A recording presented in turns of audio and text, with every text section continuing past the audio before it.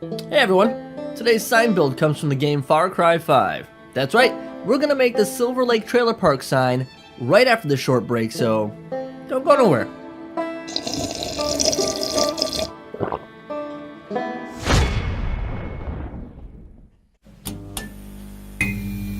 Sign me up! Ah, crap. Okay guys, now as per usual for me, I lost the footage of me drawing the shapes that we're going to need for this sign. I apologize, but what I'm going to do right now is I'm going to try and reenact it for you, alright? So let's just do this here. Okay, so first we're going to take our wood plank and we're going to do the arrow. Now I'm just going to look at the picture and I'm going to try my best to freehand this. Once you're happy with the shape of the arrow, it's time to cut this mammer jammer out. Using a jigsaw or a scroll saw, do your best to stay on the line and cut out the arrow completely. Now for the other board, it's going to be really simple. We're just going to use a straight edge and we're going to mark from one corner up at an angle of, I want to say it was 12 degrees. I don't know if that's accurate. You guys will figure it out. If I can figure it out, you'll be just fine. Anyway, once you get your line down, we're going to want to cut this out. Well, now that we have both our pieces cut out, we're going to start with the arrow and give it a nice base coat of King's Gold. Jeez. Now to do the base coat, I'm going to do what I always do. I'm just going to glob some paint on here and spread it around.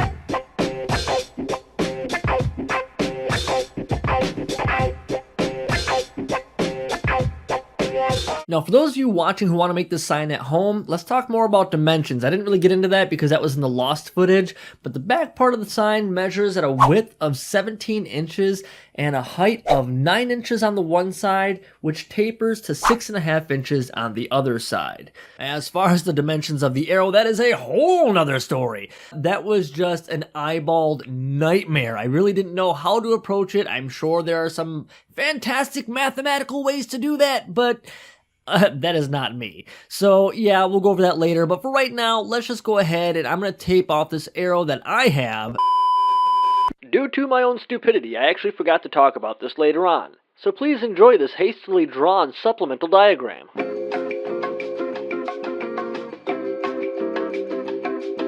Now back to your program. Approximately 1/4 inch in as we prepare to paint the edges of this arrow green. Now the green color I'm using is Kelly green, but you can use whatever green you think looks best for your sign, but I thought this paired up with the King's Gold really well and looks a lot like the sign to me. Now for me to get a good solid green coverage, it took me about 4 coats, but it's probably because I use a really cheap paint. But once you got a good solid green and it's dry, go ahead and peel up the tape. Alright, now before I move on to the back part of the sign, let's finish up this arrow. Now to act as the neon light tubes, I am going to use puffy paint. My original goal was to use L wire. That would have been super awesome, but unfortunately I couldn't get the wire to do all the intricate little twists and turns I wanted it to. Maybe had I done this on a little bit bigger scale, but unfortunately just wasn't gonna work. So puffy paint was my alternative, and honestly, I've never used it before, and I was a little shaky and nervous, but it turned out really awesome. And take note, just as in the sign itself, do not connect this all the way across the arrow. There's a break up on the tail and a breakdown at the tip of the arrow. Now we're going to start working on the money part of the sign, the back part, where all the lettering and the magic happens. Alright, well if you haven't already, base coat the back part of the sign, the King's Gold. Oh yeah, and I almost forgot about the corners. The 2 top corners are going to be cut off at a 45-degree angle, approximately 1/2 inch in. Now when it comes to Silver Lake font, I almost freehanded it, but decided I wanted to go online to see if I couldn't find the actual font. Now, I couldn't find the actual font, but I found one insanely similar on 1001freefonts.com called Raider Crusader. With a little bit of manipulating in Photoshop, it looks really good. My nose is running. Where's my tissue? I've had like a million of them. Why can't I find a tissue? Now be sure to pay close attention to the size of the lettering because some of the letters are smaller than others. Then lastly, all I gotta do is find some sort of pine tree clip art that looks the same or just make one. It's really easy, but I was lazy so I found one. Put it all on a piece of paper, print it up, and then you guys know what time it is. That's right, it's time to cut these bad boys out. Once they're cut out, we are going to take and trace them onto a sheet of foam and then cut some more things out.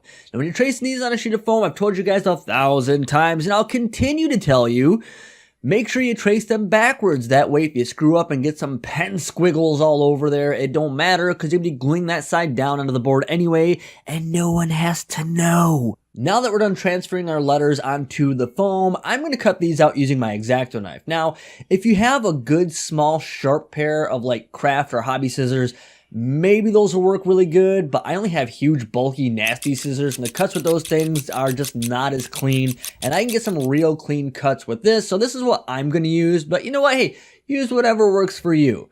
But for me, this is how I can get some good, nice, clean, smooth cuts. So ultimately, just do what works best for you and use what you're comfortable using. Now, I don't know if you could tell because of the fast motion, but I actually had a really hard time figuring out the placement of these letters.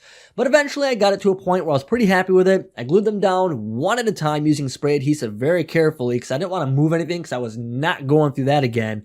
But one of the things that threw me off is I should have cut the sign about an inch or two longer.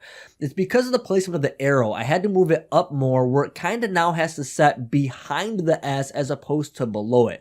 Even though it drives me crazy, it's such a minor detail that it's really no big deal. The sign still looks really great. Anyway, now that we have our letters glued down, let's move on to the border of the back part of the sign, and then we'll work on trailer park, and we can just finish this thing. Come on, we're so close, guys. We're so close. I'm not in it, man. I'm not in it. God. Yeah. Okay. Now, just like the arrow, I'm going to kind of eyeball in 1/4 of an inch, tape it off, and paint the border a couple coats till it's a nice solid green. And even though I knew there was a difference in the green between the green foam and the Kelly green I'm using for the border, I was okay with that at first, but then I decided I want to make it the same, and the easiest way I found to paint this phone was with my fingers. So it's time to do some finger painting. I haven't finger painted in forever. I was going to say years, but maybe it hasn't been years. I don't know, but I don't even remember the last time I finger painted. This was super easy, took like 2 seconds, and I'm so glad I did this. I was going to keep the two-tone green at first, but I'm so glad I did this. It looks way better just painting it green. Sometimes it just helps to take that extra step, you know? Oh yeah, and I know you guys totally seen that R fell off. Apparently I forgot to glue that. I'm just glad that all my little misfortunes and mistakes are on the little things and not with the power tools, because things could get really gruesome really quickly. And even though it looks like I'm freehanding this like a boss, I am not. Apparently, I forgot to edit in me etching it into the board. I printed up well, you guys can see it, right? Like there. And even though I just talked about taking, the initiative to put in, the extra steps, sometimes it just helps to take that extra step, Okay, forget what I said about the steps, okay? I'm just too lazy to go back in, move all my clips around, and do the necessary steps it takes to put in that clip. It's just too much. I'm done with it. Either print it up, trace it, or freehand it on a piece of paper, put it on the sign, line it up how you want it, and take a pen and just dig it and etch it into the board. Then you got a nice little line to follow. Use your puffy paint, paint it on there. You're good to go. Guys, we are just almost done with this. Can we stop criticizing me and judging me and let's just move on? We're almost done, all right? I don't feel good for crying out loud. Leave me alone. Nah, I'm just kidding. I love you guys.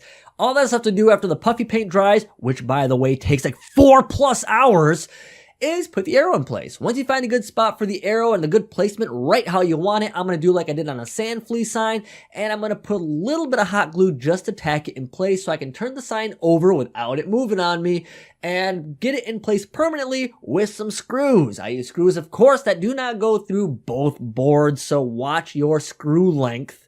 And then also, don't forget pilot holes. Very important, guys. Don't forget pilot holes. I tell you all the time.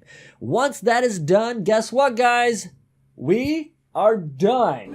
Check it out. Silver Lake Trailer Park. Oh yeah, and don't forget a little sawtooth picture hanger so you can put it on your wall, which is what I'm about to do. Alright guys, this sign turned out amazing. Love it so much. Couple little tiny flaws here and there, but I guess that's just my style. Thank you so much for watching. If you liked it, give it a thumbs up. If you hated it, a thumbs down is perfectly fine. Be sure to subscribe and hit the bell for notifications when I post new videos. And the next one, if I can do what I want to do, I'm hoping I'm gonna give it my all. Next sign's gonna be great. I'm not just trying to hype it up. And for those of you expecting something this video, I was supposed to pick a winner. I'm gonna make a different, entirely dedicated video for picking a winner. That being said, this is your last chance, guys. If If you want to win my little practice Minecraft sign, absolutely free, I'll ship it to you. Just type hashtag Minecraft down in the comments, and in just a couple more days here, I'm going to pick a winner. Somebody's going to get it absolutely free. Anyway, thank you so much, guys. I will see you next time. I had a lot of fun with this sign, and I can't wait for the next one. The ideas are just flowing. By the way, thank you so much for you guys' suggestions. I have a huge queue, a huge list of signs I want to make now. And again, don't stop it though. Keep them coming. Keep it coming, because I love having the ideas. It gives me more ideas, and it just doesn't stop. It just doesn't stop.